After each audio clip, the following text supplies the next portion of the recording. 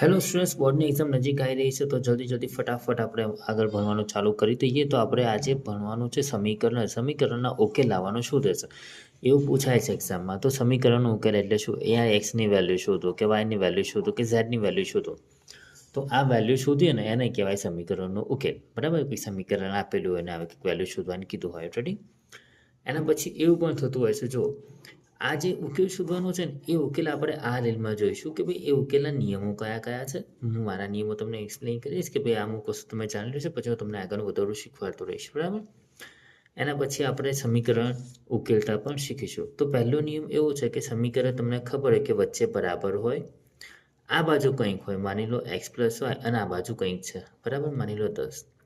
તો જેની વેલ્યુ શોધવાની છે ને, જેની કિંમત શોધવાની છે એ વસ્તુને ત્યાં રાખવાનું, એટલે કે બરાબરની એક બાજુ, બાકીની બધી વસ્તુ બરાબરની બીજી બાજુ મોકલી દેવાની. ખ્યાલ આવ્યો?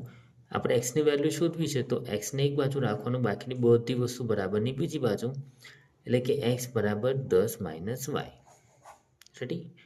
આ રહ્યો પહેલો નિયમ. બીજો નિયમ શું છે? માઇનસ વસ્તુ હોય બરાબરની આ બાજુ જાય તો એ પ્લસ બની જાય. રેડી? એટલે કે એક્સ પ્લસ વાય બરાબર 10 હતું તો એક્સ બરાબર 10, આ વાય આ બાજુ ગયો તો બની ગયો માઇનસ વાય. ખતમ. માઇનસ હોય તો પ્લસ થઈ જાય. એક્સ માઇનસ વાય બરાબર 8 તો એક્સ બરાબર 8, આ માઇનસ વાય આ બાજુ ગયા તો બની ગયા પ્લસ વાય. રેડી? આ માઇનસ પ્લસનો નિયમ. હવે ગુણાકાર ભાગાકારનો નિયમ. આ બાજુ ગુણાકાર હોય બરાબરની આ બાજુ જાય તો ભાગાકાર બની જાય, અને ભાગાકાર હોય બરાબરની આ બાજુ જાય તો ગુણાકાર બની જાય.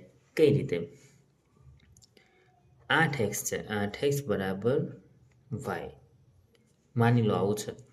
આ 8 જે છે એ એક્સના ગુણાકારમાં છે, આ બાજુ જાય તો ભાગાકારમાં. એનો મતલબ કે અહીંયા આવી જાય,